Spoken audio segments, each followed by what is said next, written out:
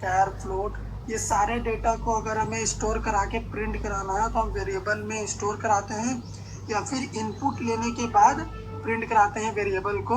तो वेरिएबल का यूज़ हम करते हैं, it is use to store data.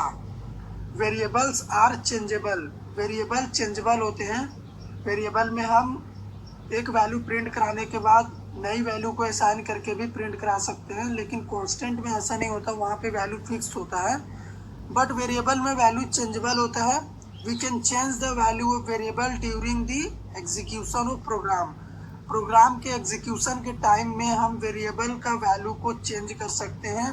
यानी हम इंट वैल्यू अगर प्रिंट कराए हैं तो अगर हम चाहते हैं कैर वैल्यू को प्रिंट कराना, फ्लोट वैल्यू को, तो हम प्रिंट करा सकते हैं क्योंकि वेरिएबल चेंजेबल होते हैं during the program execution. And variable can be reused many times, और हम सेम वेरिएबल को मेनी टाइम्स रीयूज्ड कर सकते हैं।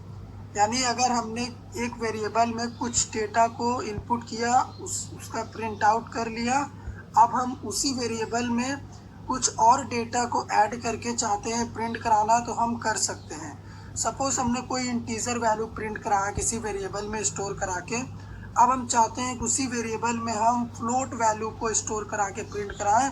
तो हमने वेरिएबल चेंज नहीं किया लेकिन वैल्यू को चेंज किया, इसीलिए हमने लिखा variable can be reused many times. तो ये होता है कि वेरिएबल क्या होता है।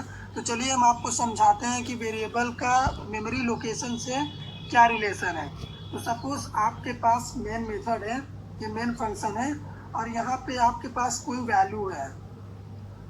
सपोज हमारे पास 20 एक वैल्यू है। अब इस वैल्यू को हमें प्रिंट कराना है, तो हम क्या करेंगे, तो इस वैल्यू को स्टोर होने के लिए मेमोरी में कुछ स्पेस चाहिए। तो मैं मेमोरी बनाता हूँ एक, ये हमारा मेमोरी है, ये रैम है, क्योंकि हम जो भी वेरिएबल बनाते हैं उसको मेमोरी जो है रैम में ऑक्यूपाई होता है। ये सारे मेमोरी ब्लॉक है हमारे रैम के अंदर।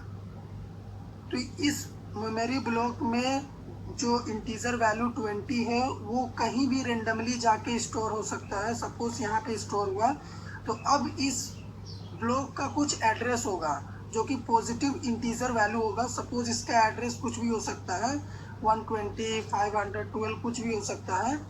तो अब इस एड्रेस वाले ब्लॉक में जो वैल्यू पड़ा है 20, हमें इसे प्रिंट कराना है। तो हम क्या करेंगे, हम वेरिएबल बनाएंगे। इसीलिए वेरिएबल को हम आइडेंटिटी भी बोलते हैं कि ये जो 20 वैल्यू था इसको एक आइडेंटिटी मिल गया ए नाम का। अब जो भी वैल्यू असाइन है ए में, ये इंटीजर वैल्यू है तो हमने इंट लिख दिया। तो अब हम इसे ए नाम के वेरिएबल के थ्रू प्रिंट करा सकते हैं। जैसे ही हम ए को प्रिंट कराएंगे, ये 20 जो वैल्यू है ये प्रिंट हो जाएगा।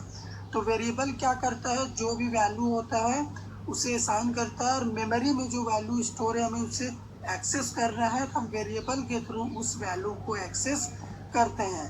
तो चलिए अब हम जान लेते हैं कि वेरिएबल्स के टाइप्स क्या होते हैं।